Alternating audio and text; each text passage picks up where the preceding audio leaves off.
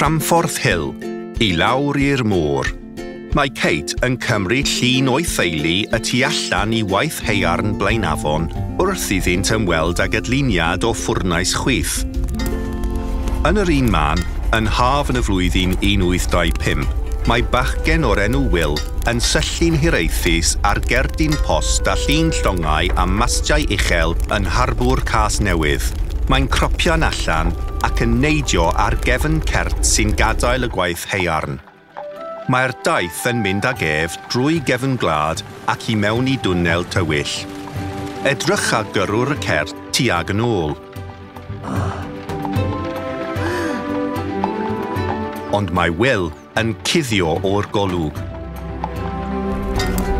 Daw'r daith I ben yn efail garn ddyrus ac mae Will yn neidio ar gert arall.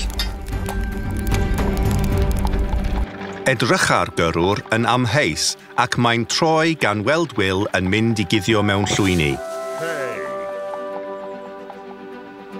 Daw Will o'r llwyni gan ddringo ar y cert olaf mewn cadwyn ar fryn serth, gan godi llaw ar y gweithredwr wrth iddo bowlio I ffwrdd.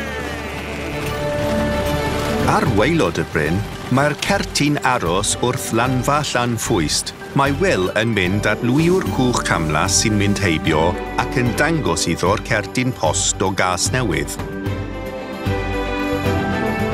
Mae'r llywiwr yn gadael iddo ddod ar y cwch. Ymhellach I lawr y gamlas a gwen ar ei wyneb, saif Will ymlaen y cwch a'i freichiau ar led. Maen nhw'n cyrraedd Harbwr Casnewydd. Mae'n union fel y cerdyn post gyda llongau a mastiau uchel. Yn y presennol, mae'r teulu'n hwylio araf drwy Llanffwyst gan ddilyn yr un llwybr a Will tua Chasnewydd. Wrth eistedd y tu allan I gaffi gweithwyr y gamlas, mae Sarah yn ysgrifennu cerdyn post sy'n dweud wyliau gwych ar y gamlas ym Mannau Brycheiniog, cariad oddi wrth Sarah, Tom, Kate a Sammy. I lawr i'r môr.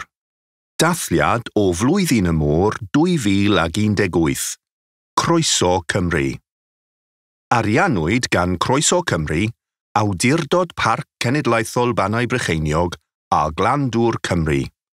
Cynhyrchiwyd gan Brick Wall.